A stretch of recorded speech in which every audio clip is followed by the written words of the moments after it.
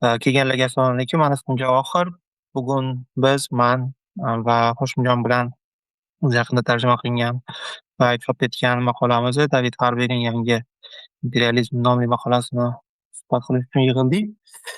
Reglamentimiz quyidagicha: birinchi yarim soat man va suhbatdoshim tarjimon maqolani tushunishga harakat qilamiz.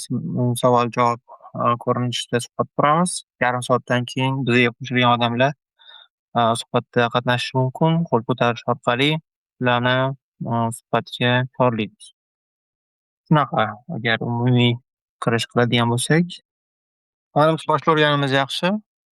Nisbatan bemalol qo'shmasdan erkinroq suhbat quraveramiz, chunki manimcha matn ancha qiyin, murakkab tushunish uchun. Man misol uchun o'zim uchun qaysidir ma'noda tushungandirman, lekin suhbat qura olamanmi, tushuntira olamanmi?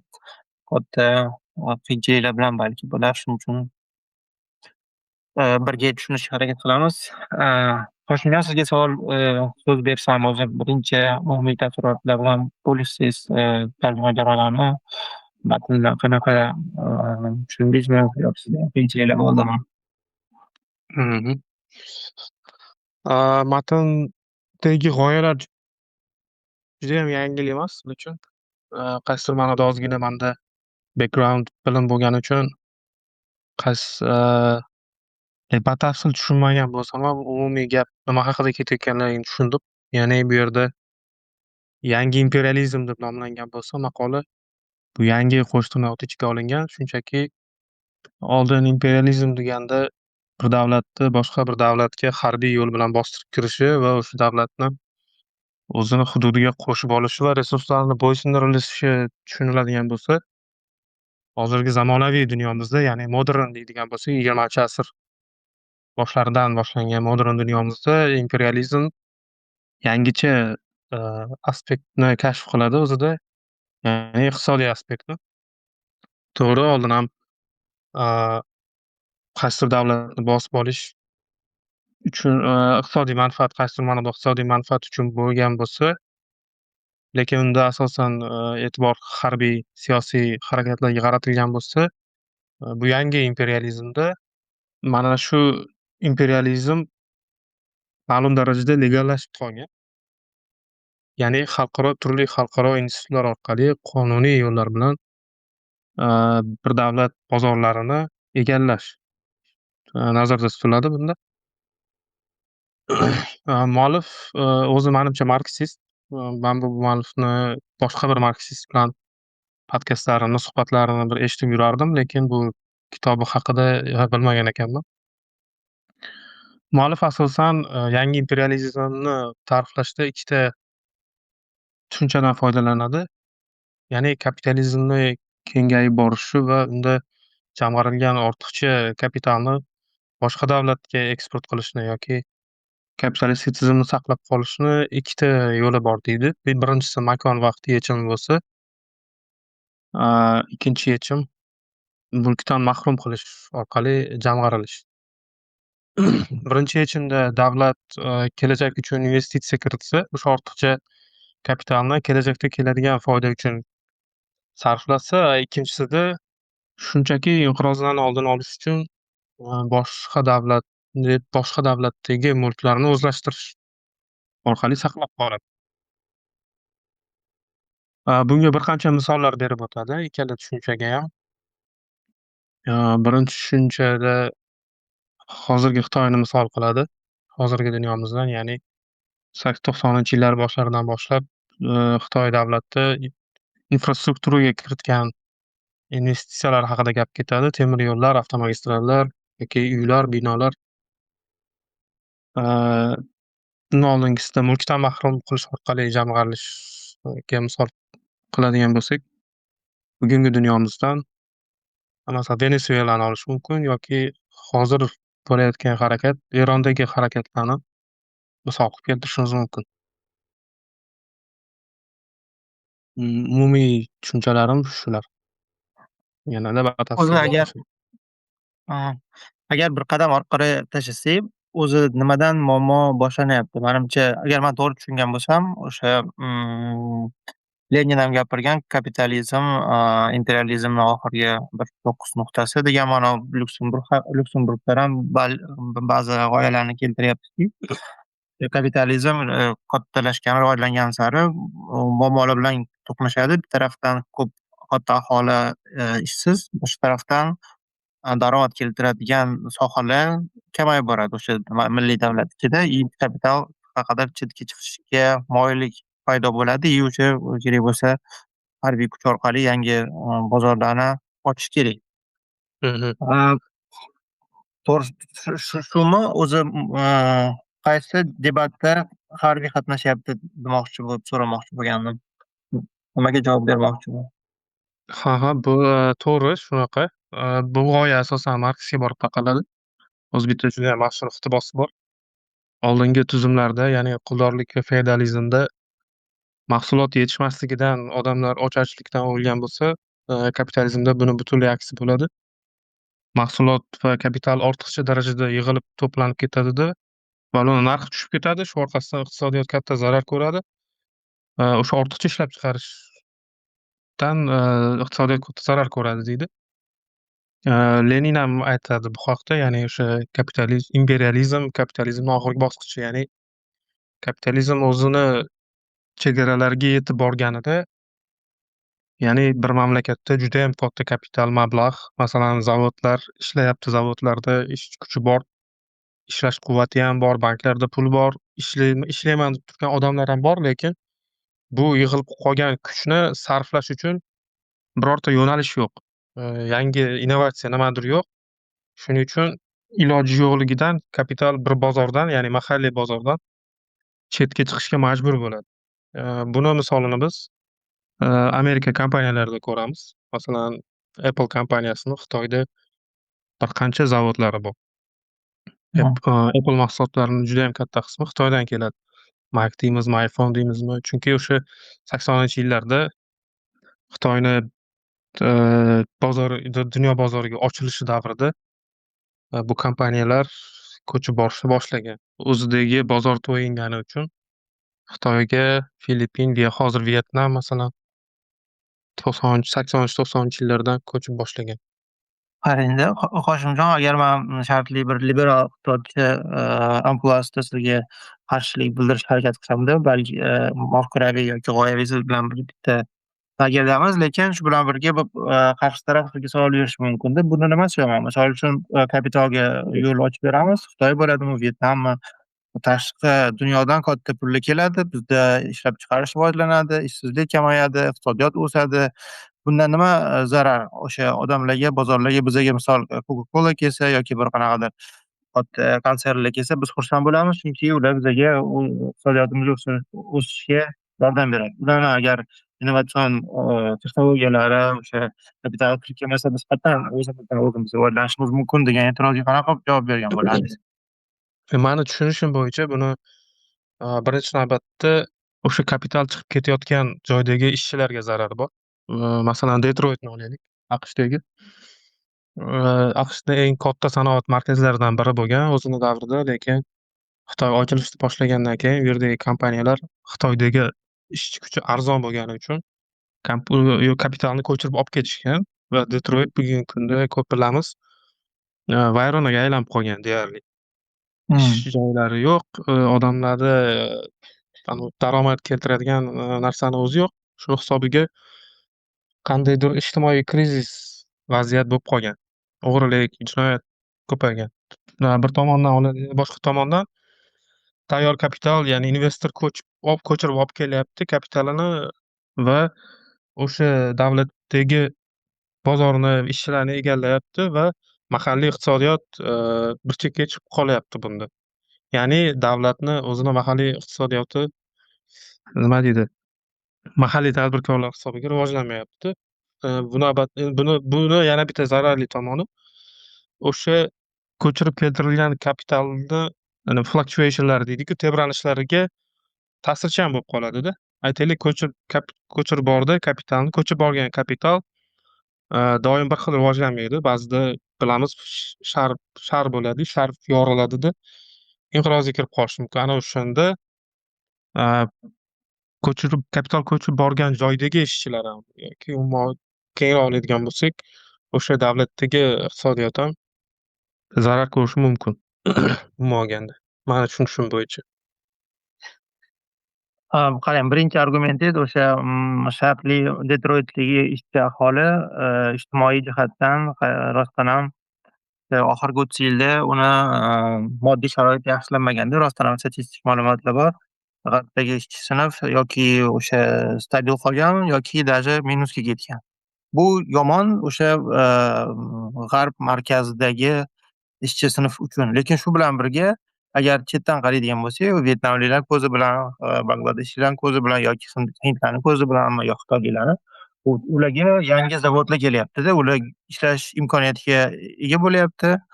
Ular o'sha yangi krossovkalarni, kiyimlarni tikyapti, boshqa moshinalarni yig'yapti.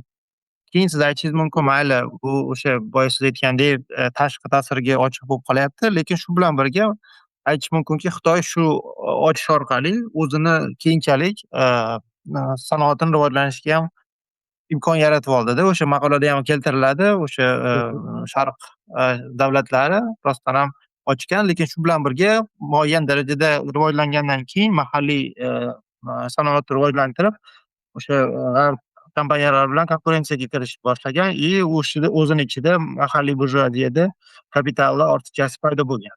Shu aytmoqchi bo'lgan narsam, alal-oqibat chegarani ochsak shartli. O'sha chetdan kelishda ham balki bizani mahalliy kadrlarni ekspluatatsiya qilar, balki boshqa yomon taraflari bor ekan, lekin alal-oqibat o'sha iqtisodiyotni rivojlanishiga yo'l ochib bersak, mahalliy rivojlanish o'ssa, bundan nima yomon, misol uchun mahalliy ishchilar uchun? Endi bu bilmadim, Xitoyda qanaqa kechgan bu jarayon, ya'ni iqtisodiy almashinuv jarayoni. Lekin bitta Xitoyga bir nechta boshqa Afrika davlatlarini keltirish ham mumkin-da. Xo'p, ular ham ochib bergan yoki boshqa aytaylik, Xitoyda judayam katta bir kommunistik partiya borda. Byurokratik kuchi judayam katta. U o'sha mahalliy boylarini o'sha rivojlanish orqali boyiyotgan boylarni tiyib tura oladi va mablag'ni umumiy welfare'ni, ya'ni umumiy davlatni umumiy holatini yaxshilash uchun yo'naltira oladi o'sha mablag'ni. Lekin agar Koreya misolida oladigan bo'lsak, judayam yomon vaziyat Koreyada. Tengsizlik judayam ortiq darajada. To'g'ri, Koreya ham rivojlangan yoki boshqa hozir dunyoda iqtisodiyoti 10-to'rttalikda yuradi. Lekin shu bilan birga tengsizlik judayam yuqori. Ya'ni ularda o'sha kapitalizmni regulyatsiya qilib turadigan qandaydir byurokratik kuch yo'q. Men hozir yana bitta e'tiroz xayolimga keldi. O'sha Marks o'zi ham aytadi-yu, misol tarix bir muayyan pog'onalardan iborat. Birinchi feodalizm, kapitalizm, keyin sotsializm. Shu ma'noda, qaysidir ma'noda mana shu yovvoyi kapitalizm qayerqadir kelish keldi. Keyin u ichki o'sha nima deydi, konfliktlari, ichki ziddiyatlari sabab rivojlanish jarayonida keyin portlash kerak, o'rniga sotsializm kelishi kerak. Agar biz hozir boshidan aytadigan bo'lsak, yo'q, hozir kapitalizmga yo'l qo'yib bermaymiz shartli. Lekin bu sharoitda kapitalizm rivojlanmaydi, ishchi sinfi shakllanmaydi, ular kelajakda o'sha o'zini huquqlari uchun kurashish holatiga kelmaydi. Shu nuqtai nazardan aytish mumkinmi, o'sha mehnatkash sinfi nima deydi, manfaatlari balki bugungi bu bir avlod mehnatkashlarni manfaatiga to'g'ri kelmas, lekin keyingi avlod birlashib o'z huquqlarini kurashish uchun bir avlod shartli yovvoyi kapitalizm sharoitida yashash kerak degan qarashga qanaqa qaraysiz? Tushuntira oldimmi, bilmadim. Aytmoqchi bo'lganim o'sha nima degan bo'lardim? Bo'ldi, tushundim. Bu qarash ham bor. Bu Marks o'sha original qarashi boshidagi, ya'ni bu jarayon tabiiy deydi-da.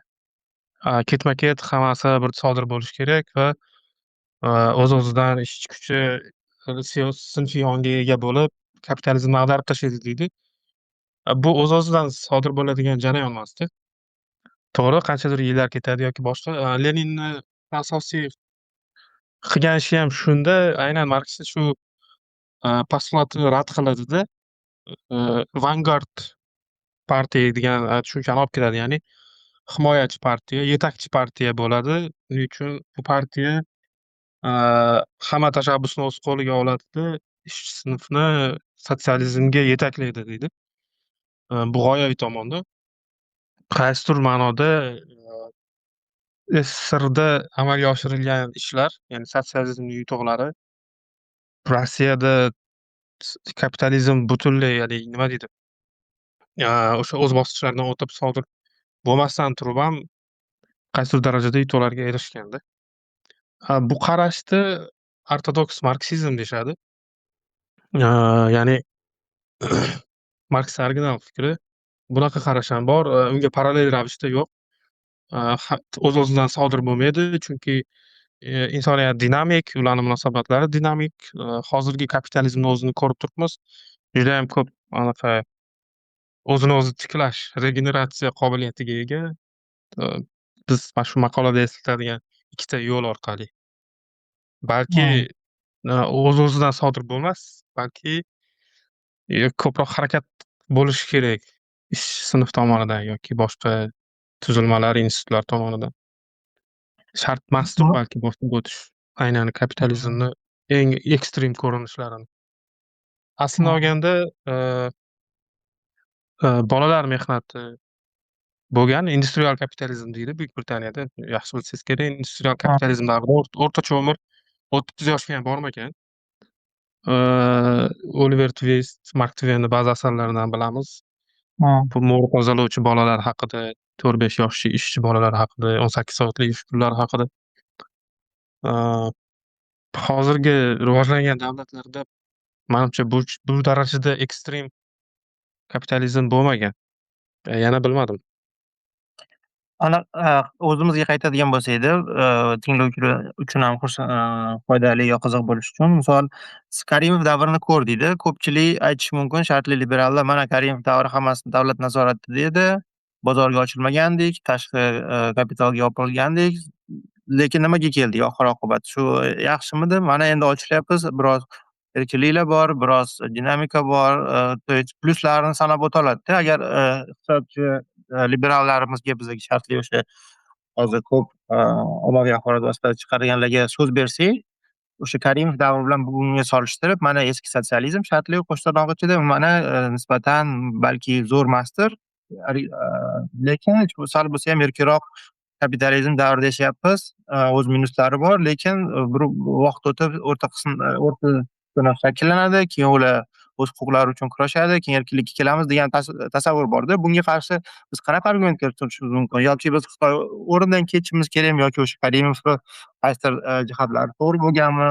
Hozir agar nima qilish kerak degan o'sha qo'pol darajada, umumiy darajada savol beradigan bo'lsak, o'sha eski iqtisodiy tizimimizdan kelib chiqib, Karimov davriga bugun solishtiradigan bo'lsak, bugungi o'qigan matnimizdan kelib chiqib, nima deyish mumkin O'zbekistonni siyosiy iqtisodiy holatiga bugungi kunga kelib? Bular yaxshi argument. Lekin Harveyni hozirgi nazariyasidan kelib chiqadigan bo'lsak, bu o'zgarishlar qanaqa holda sodir bo'lyapti? Masalan, xususiylashtirish degani bu o'z-o'zidan judayam yomon narsa degani emas. Buni o'zida yaxshi tomonlari bor. Masalan, xizmat ko'rsatish xususiylashsak, boshqa bo'lsa xizmat sifati ortishi mumkin. Yoki rostdan ham haqiqiy raqobat bo'lsa, raqobat tufayli yangi nimadir yaratilishi mumkin yoki narxlar tushishi mumkin, qaysidir darajada foyda bo'ladi. Lekin shu xususiylashtirish davlat hokimiyatiga yaqin odamlar tomonidan amalga oshirilsa, faqat ularning manfaati uchun ishlasa, bu albatta qolgan ko'pchilik manfaatiga qarshi ishlaydi. Endi bilmadim, qay darajada biz Karimov davridagidan hozirgi davrda erkinroqmiz. Bu erkinlikni ta'rifiga ham bog'liqda. Karimov davrida to'g'ri yeydigan, ichadigan, ya'ni iste'mol mahsulotlari kamroq bo'lgan bo'lishi mumkin. Chunki tashqi bozorga juda ham kamroq integratsiya bo'lgan bo'lishimiz mumkin. Bugun iste'mol qilishimiz uchun variant ko'p. Iste'mol tomonidan erkinmiz. Bunga anaqa yo'q, pretenziya yo'q.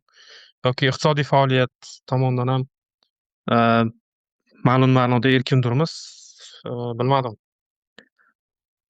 Men qanaqadir bunga qarshi yaxshiroq argument bera olmasam kerak. Agar o'zingizda bo'lmasa. Mani bir ikkita xayolda takliflar balki bordir shartli, lekin mani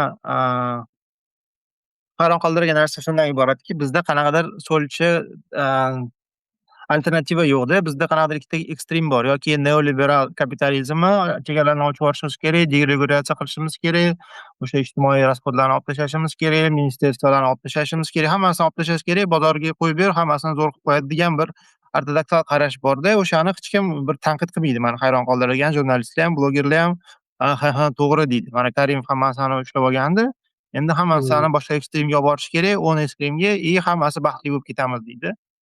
Boshqa mmm, tarafdan ikkinchi ekstrem o'sha paternalistik davlat siyosatida man uni ham oqlagan bo'lmasdim. O'sha Karimov davrida balki qaysidir to'g'ri taraflari ham bo'lgan, industrializatsiya qilishga harakat qilgan, paxtadan voz kechishga harakat qilgan, lekin shu bilan birga hokimiyatni konsentratsiya qilib, davlatga yaqin odamlarni, byurokratlarni ichida qoldirganda baribir uni demokratizatsiya jarayoni bo'lmagan iqtisodiy. O'sha to'xtab qolgan 98-yildan boshlab. Aytmoqchi bo'lganim, hozir liberallar kelib aytishi mumkinki, hozir biz agar e'tiroz bildirsak, ular ham aytishi mumkin. Hozir noto'g'ri kapitalizm qurilyapti. To'g'ri kapitalizm qursak, hammaga teng imkoniyat yaratib bersak, faqat o'sha boylar emas, faqat dardli toshgan eski xotin emas, uni atrofidagi biznes emas, hammaga teng sharoitlar yaratib bersak, o'shanda zo'r bo'ladi deyish mumkin. Shunda ham so'lchilar, ham o'ngchilar bitta nuqtada kelishgan bo'ladimi sizni nazaringizda? Agar hammaga teng imkoniyat yaratilganda, bu konkurent bozor bo'lganda, shu bizani to'g'ri yo'limiz bo'lgan bo'larmiz bugungi O'zbekistonda?